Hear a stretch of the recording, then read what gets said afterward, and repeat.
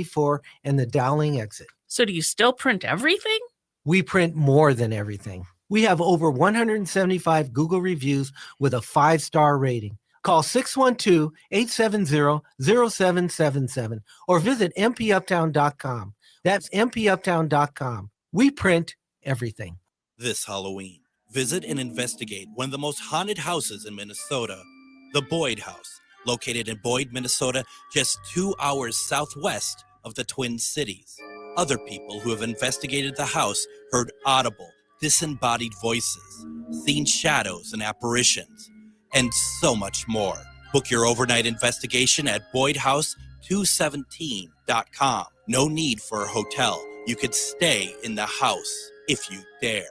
With a look at your AM 950 weather, I'm Patrick Lilia. Rain continues tonight, then cloudy on Saturday with a high of 52. Cafe Latte is unlike any restaurant you've ever experienced. Grab a tray and pick from their award-winning selections of soups, salads, sandwiches, and mouth-watering desserts. Cafe Latte, Victoria Street and Grand Avenue in St. Paul, or cafelatte.com. Portions of the following program may be pre-recorded. The views expressed and the opinions given by the individual host, guest, random reptoid, or chupacabra may not necessarily reflect those of AM 950 Radio, its affiliates, or its sponsors. Now, it's time to step into the unknown.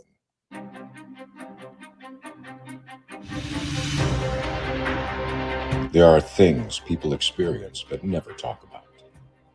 A shadow moving in the corner, flickering of the lights, a disembodied voice. We invite you to talk with us. Share your story, share your experience, because this isn't just your story. This is our story. This is GhostBox Radio with Greg Bakun. And this is GhostBox Radio on AM 950, where every night we talk about the paranormal, ufology, Bigfoot, and so much more. My name is Greg Bakun, and thank you very much for joining me tonight. It's Friday, huh? How exciting is that? But not only is it Friday, it is Friday the 13th. And, we all have our beliefs of what that kind of day means. It, a lot of people, don't forget the films. People think maybe it's a bad luck day. Maybe they think it's something else. Maybe, we had on Witch Jody on Tuesday, who said after the program, when she was on with me, she had said that this is that's actually a very lucky day. There's so many interpretations. There's so many things that go around it. And is that superstition? What is that? We have superstition in our lives every day. Maybe there are things that we do that we don't even realize, but we put a certain way because it makes us feel better, or we feel like it brings us better luck, or all sorts of things. And there's a lot to do. And there's one I just caught myself doing when the show started. And I'm gonna tell my guest about it when I bring her on. And I really wanted to talk about superstitions today, and I found absolutely the right person for that. We have on with us today author Dr. McElroy. Her name is Deborah McElroy. She authors as Dr. McElroy, and her book, Superstitions, a Handbook of Folklore, Myths, and Legends from Around the World. It's volume 5. That was released in 2020. And we're going to be talking about all sorts of superstition. And what I'd love to see people do is, if you want, put in the comments, what do you do that's superstitious that you need to do to be able to continue with your day, or continue, or if you're an actor, what do you do to get yourself ready to go on stage? Are there little rituals that you do that helps you get through everything? Because I think these are very interesting. And I do want to say, before I bring on Deborah, that, tonight we're going to be talking about this. And by no means is this meant to be, making light of superstition, because it is serious. It's serious to a lot of us. I'm a very superstitious person. And so I don't look at superstition as something that I laugh at, like, oh, look at what they do, because I do my own. And that's the approach we're going to take on it tonight. Deborah, welcome to GhostBox Radio. Hi, Greg. Thank you for having me. Oh, thank you very much for joining me. And a little bit of trivia here is I've all the years I've been doing this, I've never had someone on who just went by initials. And this week I've had two people that have gone by initials, as it happens. Yesterday and today. CL Thomas was yesterday, and DR McElroy is today. And if I could even spell your name right, that's even a bigger bonus, isn't it? Ah. That's an in-joke, people. Not a very funny one either, as it We happens. got it. We got it. We It's got it cool. figured out. Yep. Okay. So, when we started the live here on Facebook, so people listening on the radio, you're not going to necessarily appreciate this. Deborah, I don't know if you realize, but I switched on the camera where right next to me, it just says GhostBox Live. And it was originally to the left, and I switched it to the right because I always like to be my picture always on the top left. And Okay. I did that before I started the program. When I did that, I thought to myself, that's kind of superstitious in a way. That's a superstition that I created myself, or at least a ritual that I'm like, I need to do this because I feel better about the program. It will make absolutely no difference on the show. I hope not, at least, but it's still something I do. I don't think it's a surprise that you feel better that way, Greg, because I mean, when you think about it, we learn to read left to right, right? True. And so if you put your picture and yourself at the very top left corner, then you're going to be the first thing that viewers see. Which So is you're giving yourself a little bit of a boost, a little bit maybe more power in being in that position. So it makes sense to me.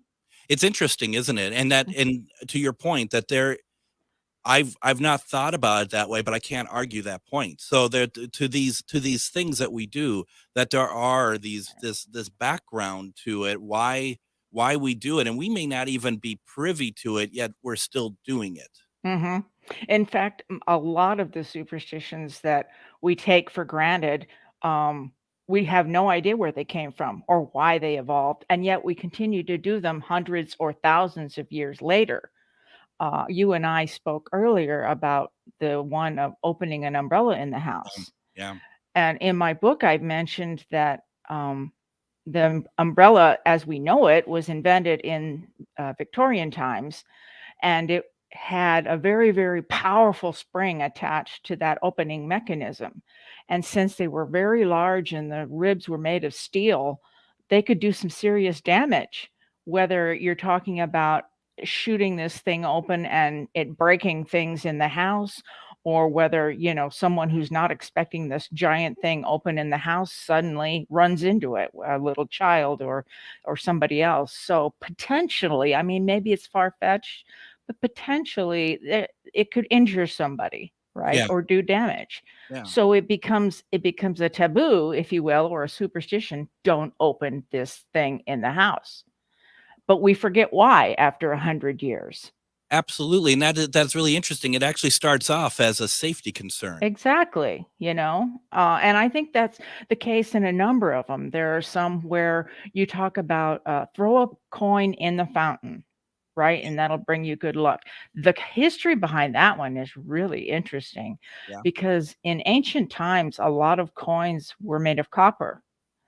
And copper acts as a fungicide and an antibacterial as it dissolves in water. And so as you start throwing more of these pieces of copper into these wells and into these fountains that people drink from, the water over time becomes purer. And so people associate that with good luck or good fortune because they don't get sick from it. Diseases aren't spread, that kind of thing, but they're not sure why, right? They don't understand necessarily the mechanism of the copper fungicide. We understand that now as modern interpretators, but the superstition has remained for 1,000 years. I think it's really interesting how, and I don't know how the right way to say this, that we as a society, as people, we go along for the ride. Like you said, we don't know why we do that, but we do it. We just take it. We just take it over time. One that has never taken off, a superstition that's never really taken off was throwing $100 bills at my house. That doesn't seem to work quite as well. And Maybe you need to be president or something for it to work. you mean not a radio host? Well, somebody with a little bit more authority, I think, I in was the going to say world. certainly not a radio host then. And that's really interesting how these things kind of, and it is also that point too of like people don't know where certain things come from, but we take it. And and you did the research, you found out the reasons why, but so many of us, we just took it as if you will, gospel, not necessarily, but you know what I mean. And I mean, I think about my own parents. My mom was very superstitious, and it's really rubbed off on me, and it's even stuff like, and I know this isn't superstition, but the whole thing of like, my hand's itching, that means money's going to be coming in, that sort of thing, just the whole gambit of it, I guess. Well, that particular superstition that you just mentioned has an interesting background also. In African traditions, the itchy palms was a sign that good fortune was coming your way. Well, good fortune over time became associated with receiving money, right? Nothing is more fortuitous than Yeah. getting money. And so itchy palm meant money is coming your way. Well, then the next step is if you make this motion, right? If you scratch your palm, that means pay me, right? Yeah. And that's something that's very common in our society. And of course, the word scratch is a slang term for money. I was just going to say, like, had a little scratch coming in or something. Exactly. Yeah. And one just came from the other, and it's so interesting. And how it evolves. They do evolve. Mhm. And going back to, I think we're talking about me switching my monitors and stuff around. Bruce had said also, which I think that there's something to this, but I do think for me it is more superstition. Sometimes comfort. There is comfort in a routine as well, Mhm. and I do understand that for certain. I think Greg or Bruce has a point, because I think the reason that we tend to take these things at face value and not be concerned about where they come from or why they came that way, we just do them, is because there is comfort in that ritual. And if you start to dissect it too much, sometimes maybe it loses that mystical quality of being comforting. I also wonder if it kind of comes down to what you and I had talked about earlier in the week, and that was that it's like once you do that sort of ritual, we can then say we did everything we could to for whatever that situation was that ritual or superstition called for. It's like, well, I did what I was supposed to do. Yep. Yeah, and I think I used the example of spilling the salt. If you spill the salt and you grab that bit and toss it, then you're like, "Whew, I dodged that bullet, because if I hadn't have tossed that salt, then some evil thing would happen to me." Right. It could still go pear-shaped, but not because of me. But I did my bit, I did my like you bit. said. I did Yep. my part, and the rest is up to fate now. So as we are on Friday the 13th, just the number 13 is always considered to be unlucky. Do you know why that is? Well, it's very interesting. It's unlucky in certain cultures. In other cultures, it isn't. And the main reason that it's unlucky in Western culture is because of Christianity. The biggest part of the myth of the number 13 traces back to the biblical situation at the Last Supper. Christ and his 12 apostles were meeting for supper. Allegedly, Judas was the last to arrive, that making him the 13th person at the Last Supper. Oh. And he goes on, of course, to betray Christ and eventually kill himself for his sin. And that makes that number like the worst thing in the world. You can't get any worse than betraying Jesus Christ, right? I Right. mean, that's like the ultimate terrible thing that a person in our society could ever imagine. So, So yeah. so that's why the number 13 has that shadow over it. And that's why anything associated with him, pretty much, even the name itself. Right. And of course, it's interesting that Friday was considered unlucky on its own long before it got teamed up with 13. Okay. So in the Bible, and I have read this research, but I cannot tell you where it comes from. Supposedly, Friday was the day that Adam and Eve ate the apple in the garden. Oh. Yeah. So that's a bad one. That's a bad one. That one sets up mankind for all kinds of trouble going We down the never road. rebounded from that, did We we? have never come back from that, right? Friday was also the day that Jesus was crucified. That's true. And I don't understand also where we decided to call that Good Friday. I was going to say, yeah. That's something in church dogma that has eluded me. But Friday is also supposedly the day that Cain killed Abel. Wow. And the day that Noah's Ark set sail during the Great Flood, which is why, see, this leads to another superstition. This is why Fridays are supposed to be unlucky for sailing. Sailors don't want to set sail on a Friday because that was an unlucky day going all the way back to Noah. And imagine everyone has a big craw over Mondays. I mean, little did they realize that Fridays being what Friday's it is. the worst day, man. It really Friday's is the day.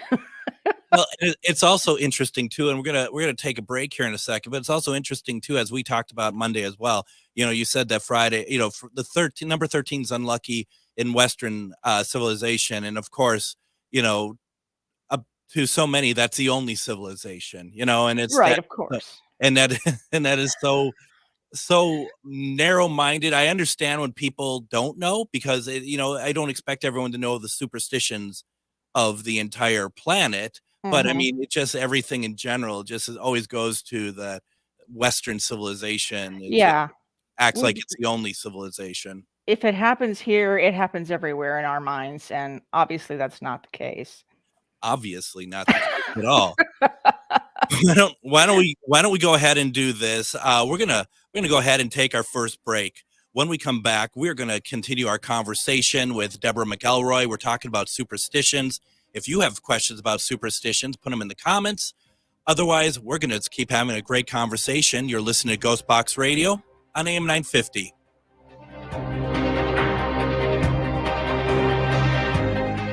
Hello, I'm Jody, also known as Witch Jody on social media.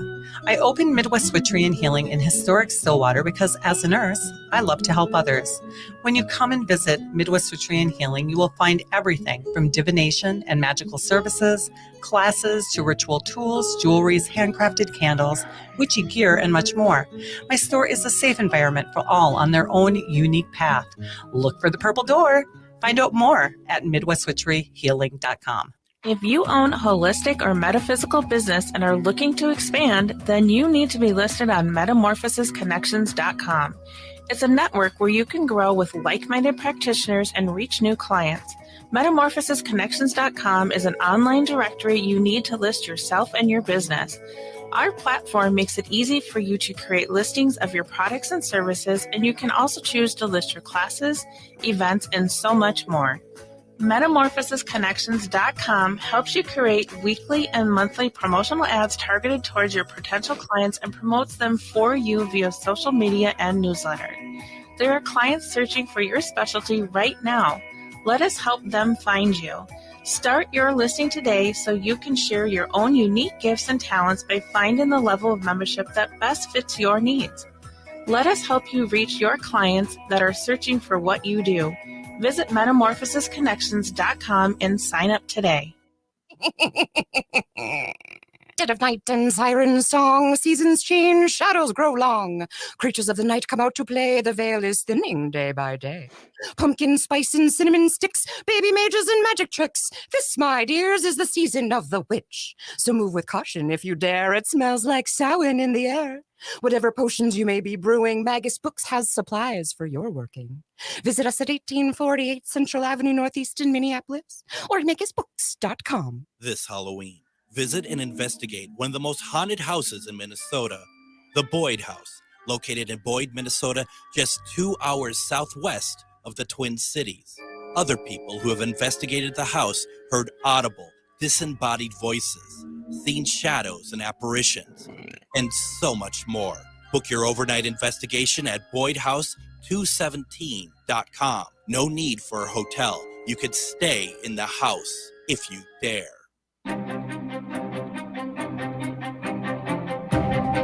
And I'm hoping that we could see you tomorrow, October 14th, for the Witchy Weekend on the St. Croix at the American Legion 491 in Bayport, Minnesota. Tomorrow's activities are from 10 a.m.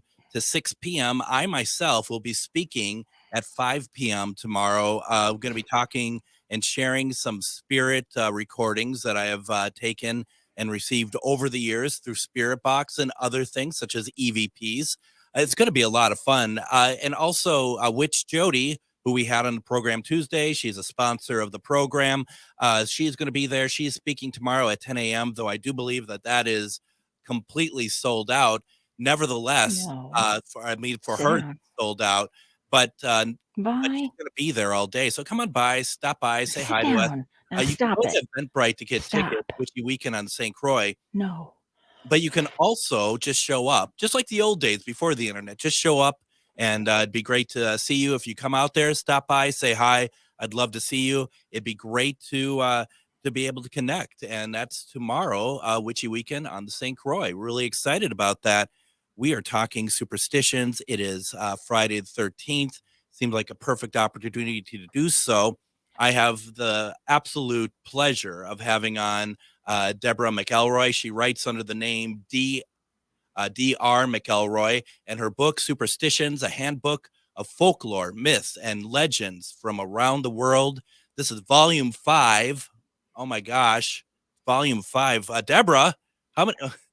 Who knew, right? That you could get 5 volumes of Superstitions. Well, this book is part of a series that covers a lot of different topics. Witchcraft is one of them, and love and that kind of thing is one of them. But I am working on a new volume for this particular book on superstitions alone, and that should be published sometime next year. And I think it'll be fun because in the first one, there wasn't room for as many superstitions as I hoped. And the readers have been clamoring for a lot more superstitions. So this next one's going to be just superstitions and nothing else. So, I mean, how do you find, how are you able to research this stuff? I mean, because you don't, just in our first segment, you don't just kind of know the stuff, you know the stuff very well. How are you researching this stuff? And especially the stuff that's outside of, dare I say it, Western civilization? Well, I started with what I know, which is, of course, the cardinal rule of writing, write what you know. And then I did the research on that. For example, the Friday the 13th and the number 13 and those kind of things. And then I kind of worked my way backwards into more obscure, what do I want to say? Not ones that are regional, ones that are only in particular cultural groups is what I'm trying to say, right? Yeah. And is what led me to different books, different websites, different sources that were able to say, okay, this isn't in Western culture. Here are some of the things you probably don't know. And it's just fascinating, some of them. It truly is. Bruce has put into the comments, and feel free to put your comments in, folks, if you'd like to. Bruce is wondering, is there anything behind the superstition of wearing certain colors or clothing for sporting events? Actually, yes. If you can go back in antiquity, we're talking probably the Greeks, so several thousand years, To them, color was a very important thing. In fact, only emperors could wear the color purple. You've probably heard about the royal purple, Yeah. and that was strictly limited to those highest ranking nobles in Greek society. That tradition kind of carried over into European traditions. The royal purple could only be worn by kings and queens. And then eventually, as a purple dye became easier to come by, the wealthy started doing it. And once the wealthy start doing it, then it kind of trickles down to the rest of us mere mortals. And so I think when you're talking about something like wearing the team colors, it's an extension of that. It's like we'll support them by showing we're on their side by wearing their color, right? And Yeah. so they look up in the stands and they say, hey, there's more blue on than there is green, then our team's better. It's an oversimplification, but I think that's what it boils down to. At least back in the time of the Roman emperors, did they believe that the color gave them power? Yes, and because it was incredibly rare and incredibly expensive. And so, you had to, I don't know if you don't even want to know how the color purple is made because that's disgusting. But suffice it to say that it takes lots and lots and lots of little animals. Oh, no. Yes. And because it took so many and it was so labor intensive, it made it rare and expensive. And if it's rare and expensive, then, only the richest and the most high esteemed are the ones that want to wear it, right? Right. Well, I'm sure Nero is probably rolling in his grave right now, seeing that the Minnesota Vikings wear purple and that they have no power whatsoever. So, and the Phoenix Suns, right? So yeah, Heather asked the question: what is the most superstitious culture? Ooh, Heather, I'm so glad you asked that question. Great question. Yes, it turns out, based on my research, that one of the most superstitious cultures is Nairobian people. Okay. They have so many interesting superstitions. And one of the things that I figured out, part of it is what you and I talked about, Greg, was that by having these rituals, you get some control. Then the people of that particular country, did I get it right? Is Nairobi a country? I think so. I think so. I confess I'm really bad at African geography. Well, So and you and I together. yeah, Let me see if I can look. I think it's a country and not a city, but the people, there are a lot of them packed into a small area. In fact, It's the capital of Kenya. oh, see, I was wrong. I'm right. I'm wrong. Right with you. So. All right, let me look. It's in my book. Let me look. So anyway, the people in that country are very packed in tightly. The population is close to 2/3 of what the United States is, in an area that is only a little bit larger than the state of Texas. Got it. So yes, so because there are so many of them, they can feel like they don't have the kind of personal space or control over their environment. And so that tends to make people want to have a lot of rituals that gives them more of a sense of control, right? So by doing Nigeria, I apologize to Nigerians everywhere. The country is Nigeria. Got it. Yeah, okay. By doing that, they give themselves a sense of control over their environment. And so they have come up with a lot of superstitious rituals for a lot of different things. Some of them involve pregnancy. For example, one of them is don't whistle when you're drawing water at night, right? If you think about it, well, that makes sense, right? If I'm out in a undeveloped area and there are wild animals around, the last thing I want to do is draw attention to myself, while I'm out there at night, right? Right. So there's also variations on that. For example, pregnant women shouldn't go out during the day because the daytime spirit can hurt their baby. Well, pregnant women are vulnerable whether it's night or day, right? Right. So by putting this restriction on them, they can say, okay, we're keeping them safe from evil spirits, or whether we may be keeping them safe from crocodiles or lions instead, the truth is they're giving themselves control again. And I think that brings up a really interesting point that I've never thought of before, is the idea of like, well, especially if some of these cases, we don't know where these superstitions come from. And we talk about control, and I'm thinking of control in terms of my own control, like I'm in control of my own situation doing this. But people who are creating something that eventually becomes a superstition so that they can control other people, like the pregnant women, that's kind of controlling whatever they're doing and wherever they go for whatever reason. I don't know. Do you see any more of that in your research? Oh, definitely. I mean, we only have to look at the Catholic Church, and I'm a member myself, so don't write me hate mail. Right, exactly. Me too. But to talk about how the patriarchy has controlled and demoralized, if you will, women.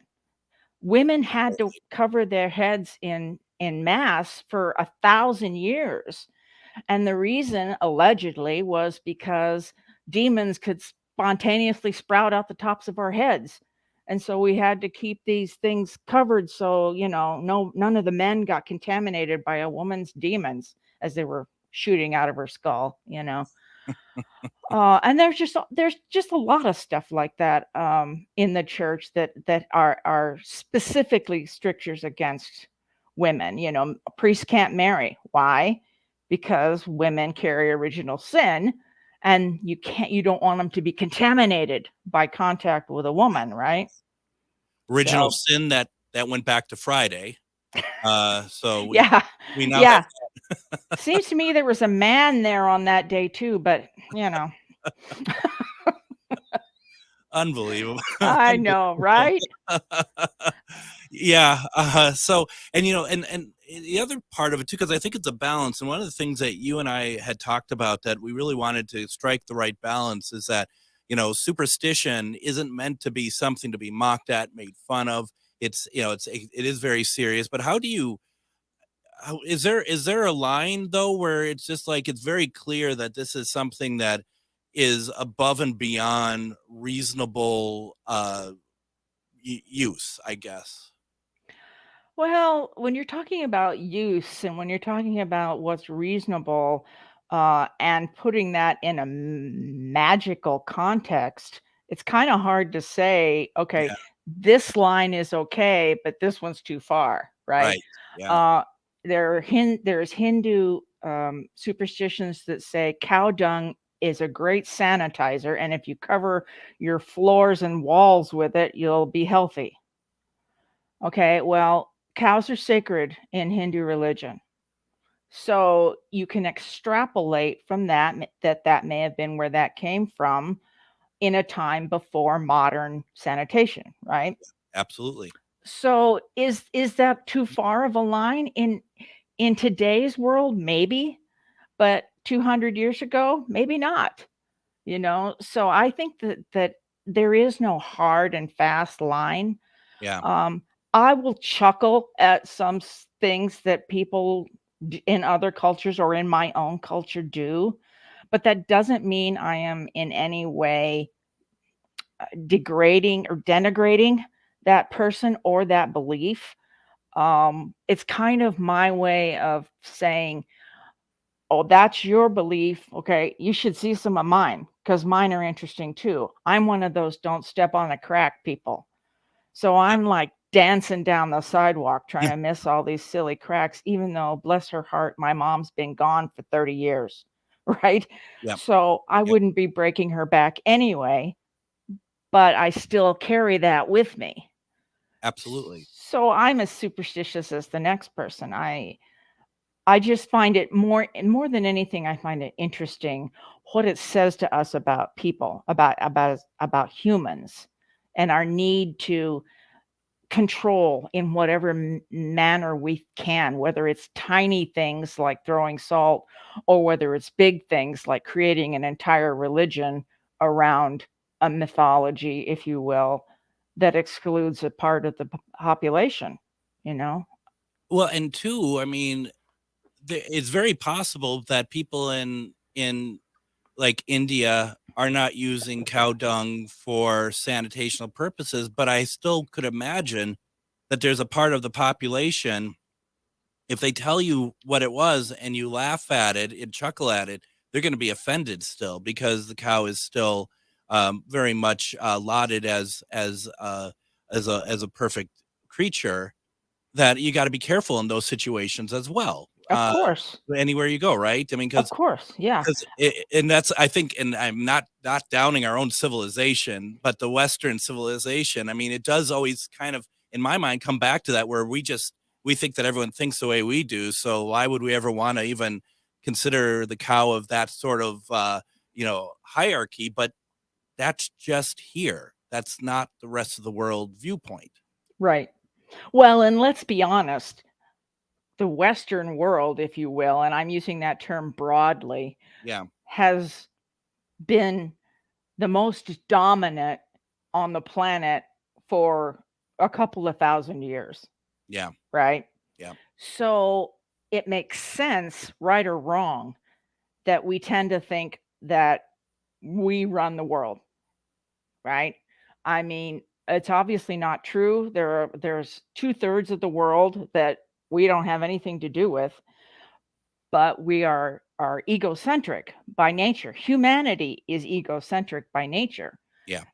Every little child knows that the world revolves around her, and that's all. So I think that in this particular space and time, we are doing a lot more than we have historically to try and consider other cultures and other areas that are not our own.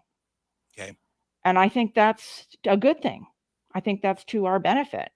Absolutely. Absolutely it is. And it's good to see that we can open our eyes a little bit more to things. And I mean, it sounds like a stupid question, but I mean, clearly, like the internet has played a big part in that too. And I think youth and the internet, if I may, play a part in that, because I think people younger than myself, they're the ones who I'm interested in all this too. But I think younger people get really interested in it, and they actually do something about it. I agree with you. The United States, particularly, and obviously I'm more familiar with us than I am with other nations, but the United States has historically been youth-centered, right? So that makes it easier for new ideas to move through our society and take over than it would in other societies sometimes. So yes, the internet and the youth culture has definitely changed even my generation. I'm a boomer. You're probably Gen X. Yeah. So I know that my generation is still standing on the curb watching these cars go by, essentially going, what has happened? We used to rule. But things are changing. And I think a lot of us are grabbing that change. We're welcoming it and saying, hey, this is pretty cool. Yeah. Absolutely. Why don't we go ahead and do this? Let's go ahead, take our next break. When we come back, we're going to finish our conversation with Deborah. We have so much to talk about. I see some stuff in the comments. We'll get to that as well. And we'll just finish up this week. You're listening to GhostBox Radio on AM 950.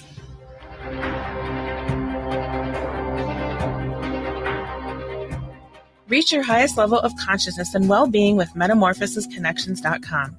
MetamorphosisConnections.com is an online directory of the best holistic and metaphysical practitioners to help you make your most informed choices. You can search MetamorphosisConnections.com for classes, events, wellness and life coaches, plus metaphysical products and shops. You can also search for a wide array of healers from all modalities, including EFT, sound healing, energy healing, light therapy, ancestral healing, shamanic healing, reflexology, past life regressions, hypnotherapy, yoga, and more. And if you're not sure where to start, the search feature on metamorphosisconnections.com is tailored to help both those who know what they are looking for and those who are just starting. Come explore the possibilities for your higher self by visiting metamorphosisconnections.com. Their experienced practitioners can guide both beginners and those that are already on their spiritual journey. That's metamorphosisconnection.com, your link to direct you on your spiritual transformation. Hello, I'm Jody, also known as Witch Jody on social media. I opened Midwest Witchery and Healing in historic Stillwater because as a nurse, I love to help others. When you come and visit Midwest Witchery and Healing, you will find everything from divination and magical services, classes to ritual tools, jewelries, handcrafted candles, witchy gear, and much more. My store is a safe environment for all on their own unique path. Look for the purple door. Find out more at MidwestWitcheryHealing.com. Don't drive too fast or you will miss Scott Jamama's Hot Barbecue. Scott Jamama's offers huge taste out of a little place. Located at 3 West Diamond Lake Road near the intersection of Nicollet Avenue and West Diamond Lake Road in Minneapolis, this tiny hole in the wall offers mouth-watering baby back ribs, grilled chicken, and half-pound pulled pork sandwiches. Don't forget to add the potato salad, spicy baked beans, twice-baked potatoes, and delicious desserts. Find their hours and full menu at scottjamamas.com. With a look at your AM 950 weather, I'm Patrick Lilia. Rain continues tonight, then cloudy on Saturday with a high of 52. Listen to the Matt McNeil Show weekdays from 3 to 5 for your chance to win a pay-per-view pass to the live stream of Stephanie Miller's Sexy Liberal Tour show October 21st. This giveaway only on the Matt McNeil Show.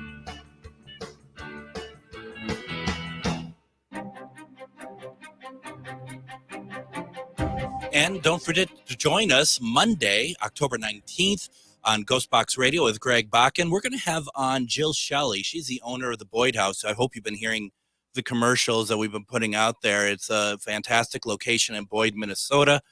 We are going to have her on. We're going to talk about the history of this house. We're going to be talking about why it's so haunted and what's been going on there. What have people been picking up while they're there? It's going to be a fantastic, eye-opening experience talking about this location. I hope you're able to join us for that. We are having a great conversation with Deborah McElroy. She is she writes under the name D.R. McElroy, Superstitions, a Handbook of Folklore, Myths, and Legends from Around the World. This is available on Amazon. Deborah, is this a great place to get the book? Is on Amazon? It is. It was in Barnes & Noble for the first couple years after it came out. I don't know how many will have it now, although they can always order it at your local Barnes if you'd rather.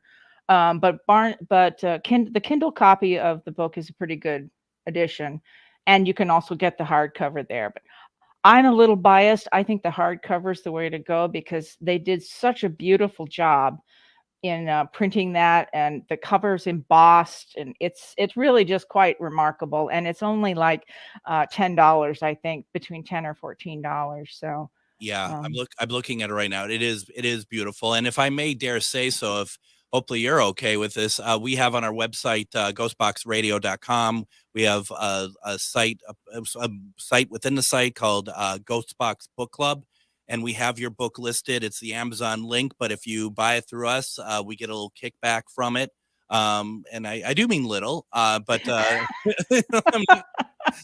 think that's great. Thank you, Greg. Yeah, we all the authors that we have on, we put all their books on the page because sometimes people are like, I don't remember who we listened to, and they can go there and check it out. So it's pretty cool. Now I have a bunch of stuff in the comments, or that's also known as comments, that I'd like to talk through here real fast. Okay. There's a couple conversations actually going on here. We're not going to go into the conversations, but Andrew says seeing superstitions and careers is interesting and eye-opening. Most people don't know this, but fighter and bomber air crews listen to specific artists that associated music and wear their cologne or sprays during fighter and bomber runs. I did not know that. My father was career Air Force, and I do know that most military people are quite superstitious, as are most police officers, most firefighters, and professional athletes. These are people that, in no small part, depend on what they can do physically. And so I think that superstition is another way of ritualizing and controlling how they can gauge their performance. I think Yeah. by wearing the same sock every week, you're gonna win your football game over and over, or something to that effect. Absolutely. Heather says, speaking of careers and stuff, she says that healthcare workers are crazy superstitious.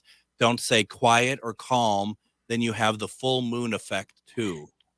Actually, yes. And Heather, I did research on that full moon effect, and it's real. Apparently, the trips to the emergency room go way up, and those trips often involve a lot more bodily harm than your average trip to the emergency room does. So I guess it's a real thing. It's quite interesting.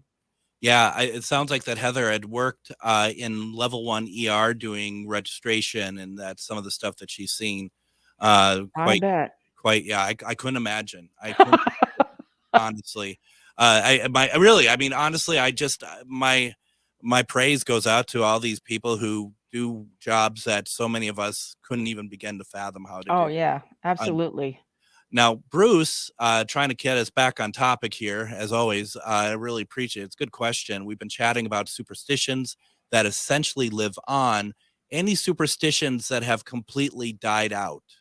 That's a great question, Bruce. Off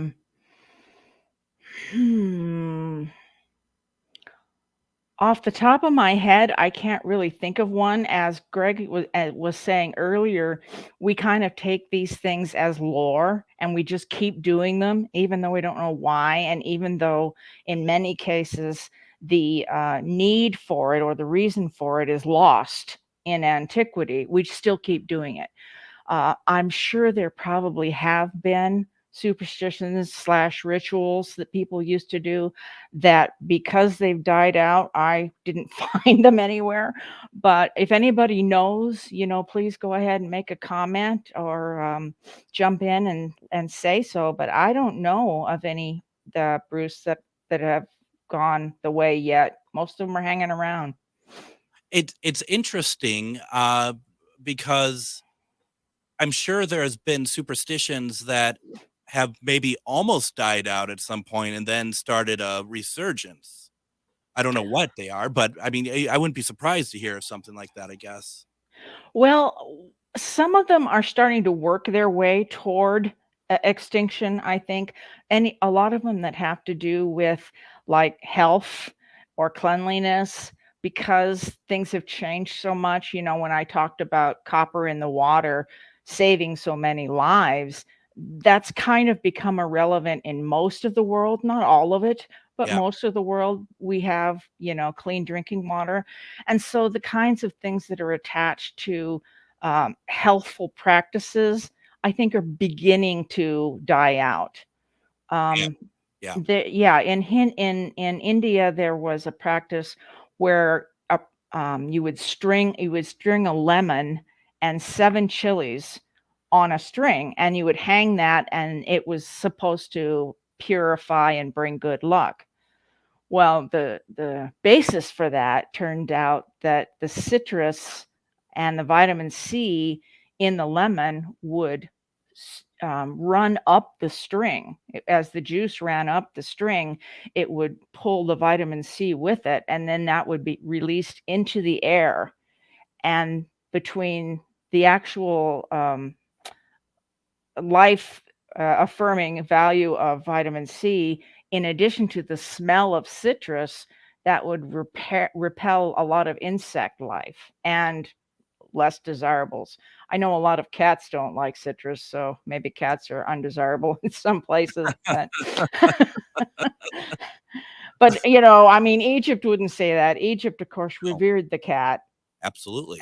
And rightly so, since it kept them from starving to death. Yeah. Now, Andrew had something here, which I actually think I wonder if it's actually the other way. But Andrew, your guess is as good as mine, unless you're not talking to guests, you know something I don't know.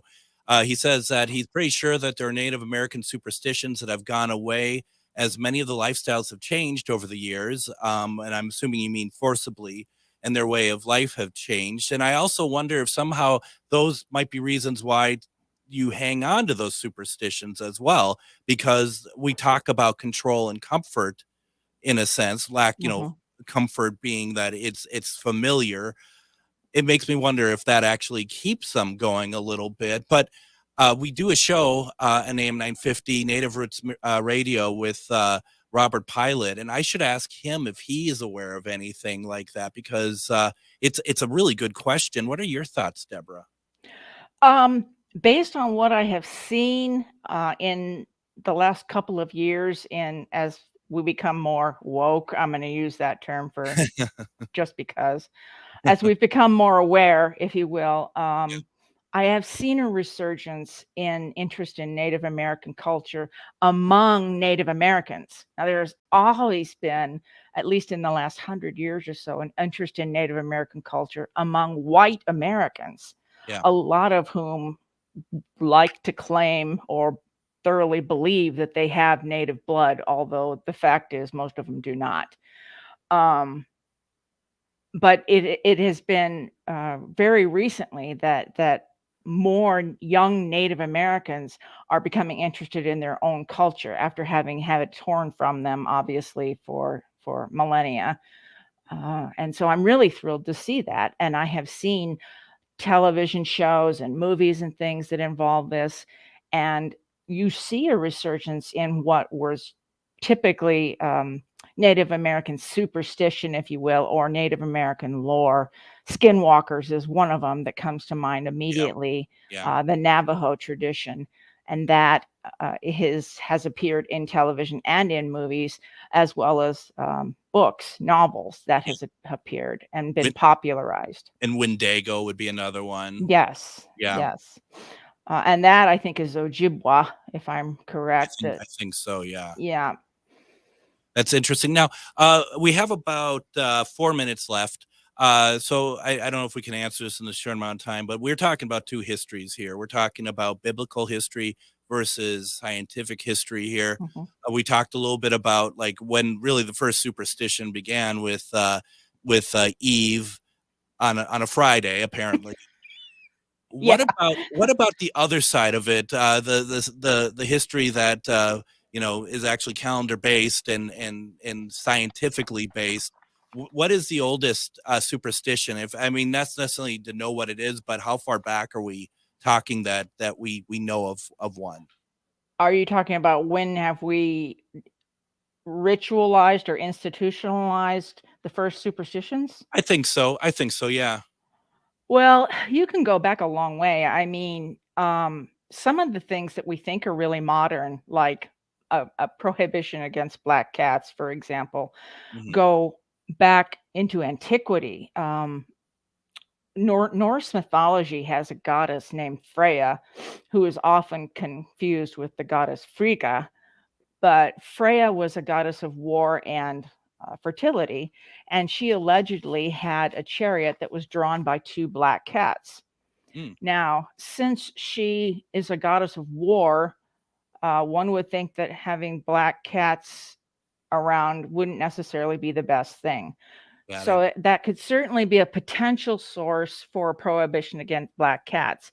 But we know that cats of any color were sacred in Egypt. And we know that cats did become associated in the Middle Ages with witches. So if you go back all the way to ancient Egypt, you're talking 4,000, 5,000, 6,000 years that something has been sacred, and it has only been verboten for 500 years. So that to me, that's really fascinating. That's really something. And just the idea of where this stuff comes from, especially the black cat part of it is something that, and I always get upset about that, quite frankly, because I've had a black cat who is just the sweetest little thing in the world. And it's sometimes these superstitions are pretty unfair, aren't they? They are, and it's true that black cats are adopted less frequently at the Humane Society than cats of other colors. It does happen to be true. So if you're looking for a rescue, please adopt a black cat. You'll love her. You'll love her forever. That's right. I certainly did too. The book is called Superstitions, a Handbook of Folklore, Myths, and Legends from Around the World, written by D.R. McElroy. That is the name that Deborah authors as. You can get it on Amazon. If you're able to, please consider even going to ghostboxradio.com, go to Ghostbox Book Club on the site, and if you order through Amazon through us, we get a little something back if you wouldn't mind doing so. But either way, get the book because this is pretty cool. Deborah, we got to get you back on. We can talk about cryptozoology next time. How does that sound? That sounds fabulous, Greg. I've got so much material. I mean, and I'm talking like in a couple weeks. Like we'll talk about it. We'll talk. Yeah, absolutely. This was fantastic. Thank you so very much, Deborah. You're welcome. Thank you for having me, Greg. Absolutely. Thanks, everybody. And as we end the week here, I just wanted to remind everybody that once again, we are doing Witchy Weekend on the St. Croix. That's tomorrow from 10 a.m. to 6 p.m. at the American Legion 491 in Bayport, Minnesota. Everybody have a fantastic weekend, and we'll see you Monday. We're talking with Jill Shelley of the Boyd House. Come on, you know it's true. Work is almost bearable when the Stephanie Miller Show is on. AM 950 KTNF, St. Louis Park, Minneapolis, St. Paul, the progressive voice of Minnesota.